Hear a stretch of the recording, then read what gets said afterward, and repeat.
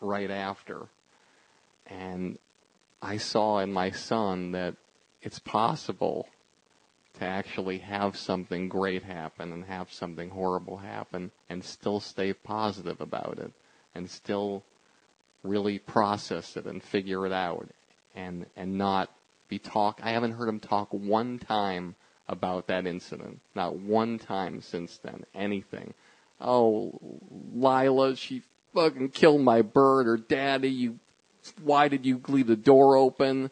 Not one thing. Just moving on. Moving straight forward. And I think that, to me, was a great lesson in life of how things should be. And I'm not saying they're going to be that way with my son forever. And who knows, maybe, negative things will happen and maybe he'll fall and maybe he won't.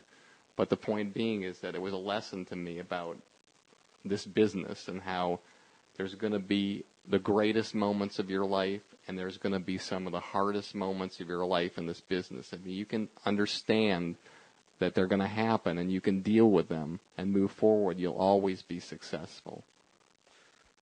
The Blue Jay that lived. What's his Twitter address?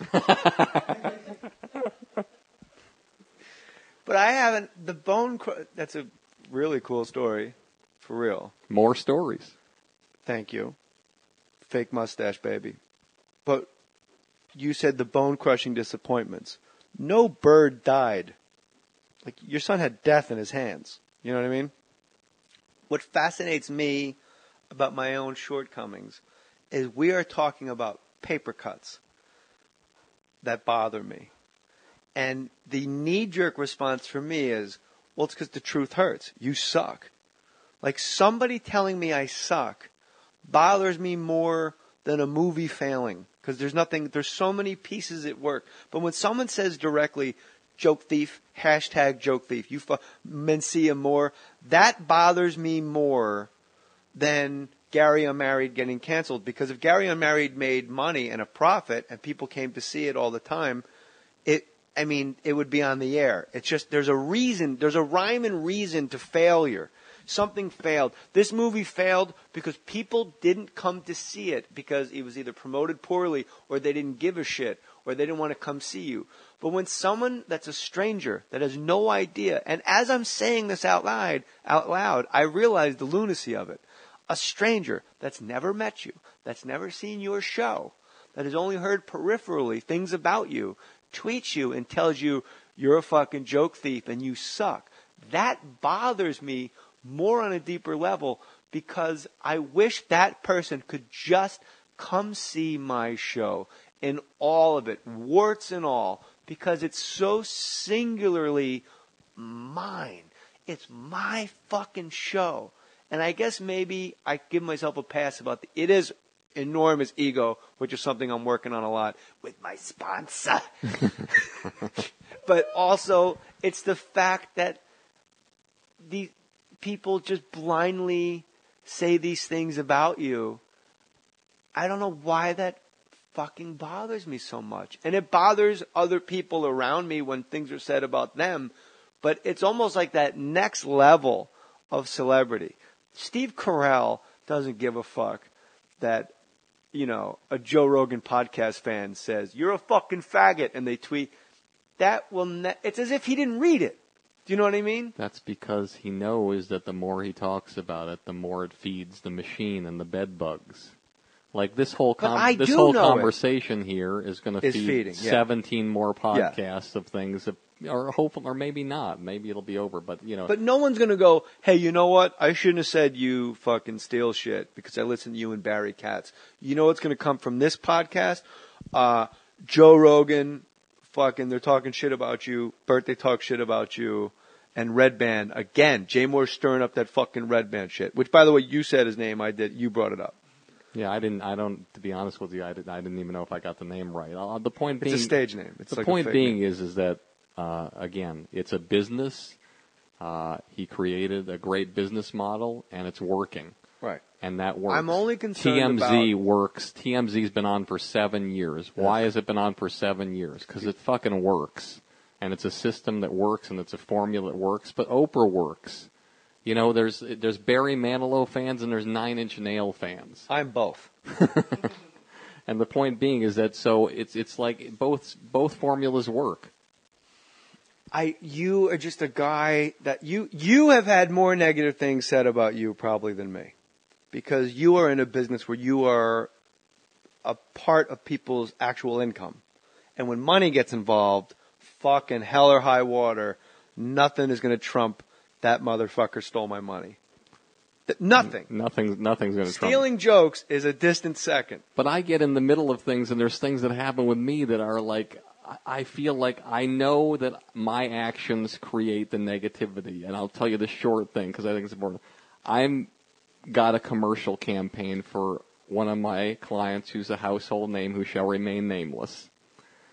It was a campaign with a character of a very specific character. Okay. But a character that could be a modern day kind of character or an Egyptian character. You know, you could make it any way. And I use the wardrobe, anything can happen to express anything. I'll give you an example. Like when I went to the World Series in '75 and I went to the... Oh, Christ, another fucking Red Sox story. And I went to the Hilton, the Statler Hilton, to see the players. Pete Rose came out with a knit white suit. Knit white suit. Pants, jacket. Why is that funny? Shoes, knit on the shoes.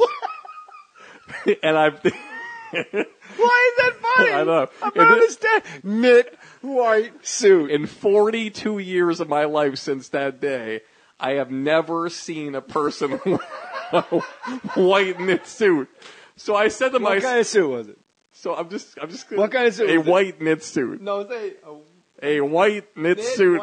A white knit suit. Anyway, so the point I'm trying to make is they say to me on the phone, I just say, listen, I'm worried about this campaign. It's a lot of money, and I don't want to do it if you're going to dress this guy up in like Egyptian kind of artifact thing. I want a modern day look that's coolest. Oh, don't worry. Everything will be fine. I get there the morning of the commercial shoot. It's like fucking Sinbad the Sailor meets I Dream of Jeannie, okay? It's like it is the most over-the-top ropes, beads, hats, curled up. Fucking eyeshadow. It's like I go there and I'm like, and there's like 15 different executives. Did you say, I said, and so I was in a situation where I said, listen, we need to, this isn't coming from the artist. This is coming That's from... the manager's big job. This is coming from me. It's coming from you. It's me. It's not him. He's thrilled. He loves being here. Everything's great. He wants the costume. He wants the costume. It's just I know if I put him in that costume, his career is over. And I'm going to be a Hasidic Jew with 10 kids. So I negotiate. No, fantastic. I was like, wait a minute. So I say, so they say to me, okay, listen, we're sorry you feel that way because this looks like a tracksuit to us. I said, no, this is a tracksuit. You know, that is like whatever it is. Right. Can we go to wardrobe? They agree to go to wardrobe. So walk over and take us in this room, and it's like this huge conference room, and there's already 15 people sitting there. Door closes, big door. It's like, so why don't you like the wardrobe? So again, this horrible thing where I have to talk. The guy has a fucking eagle on his head, man. So I have to go and I have to figure out how to navigate and make the artist look. Now those people now are saying bad things about you. That's what I'm saying. So, and no matter how many times I go to the set this week or talk to them and say, hey, listen, I really appreciate your professionalism. This is great. You guys are wonderful. And which they are. They're all first-class people. It was just a wardrobe thing. Just a wardrobe thing, like a pinhead of the entire thing. But for me, I felt it would ruin the person's career.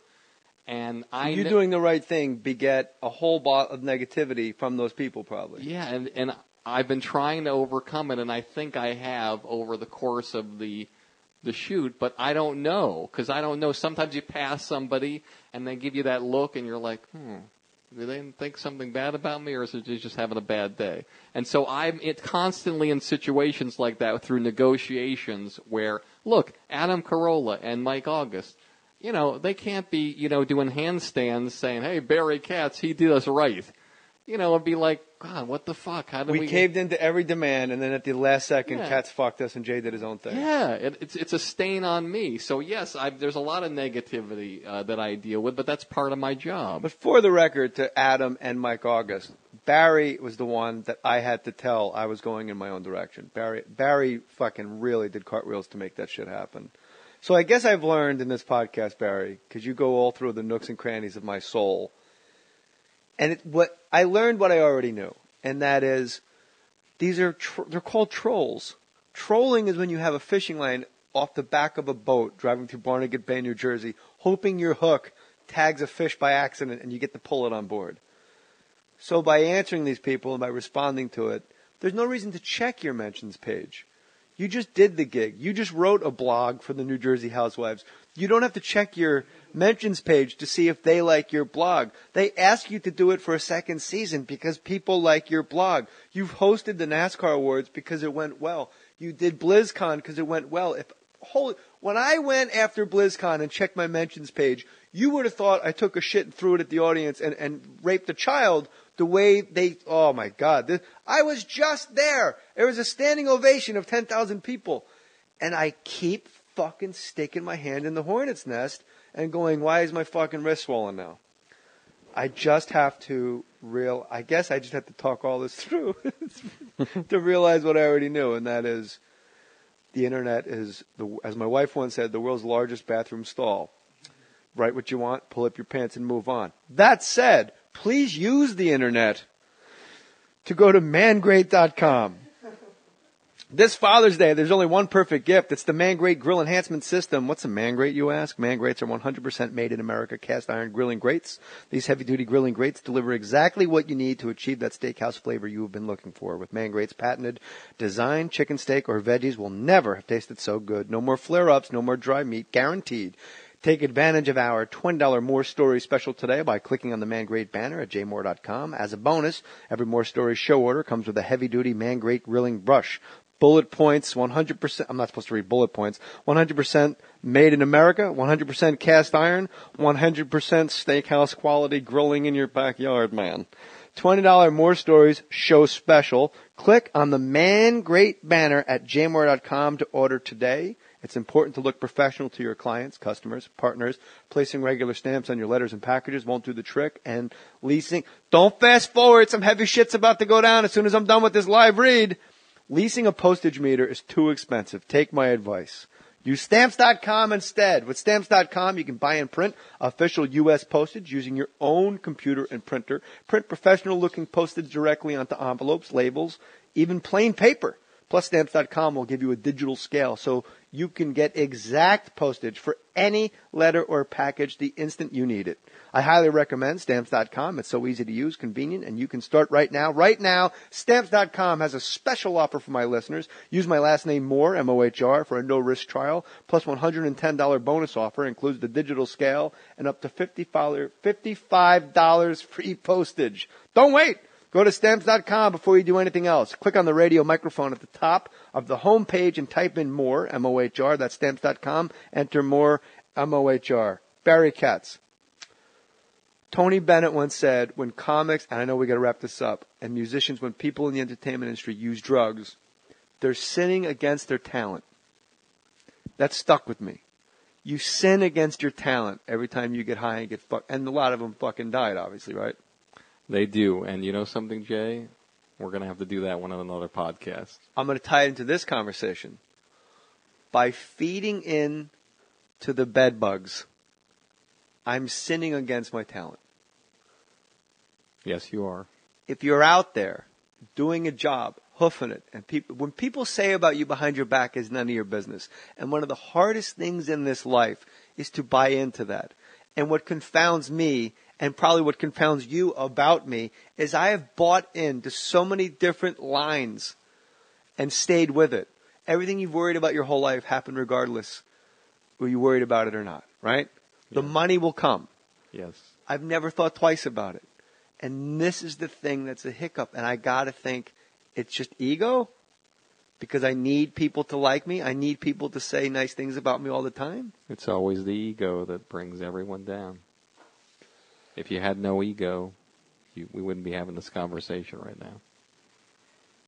As an artist, you have to have an ego and know you can do great work, but that's internal.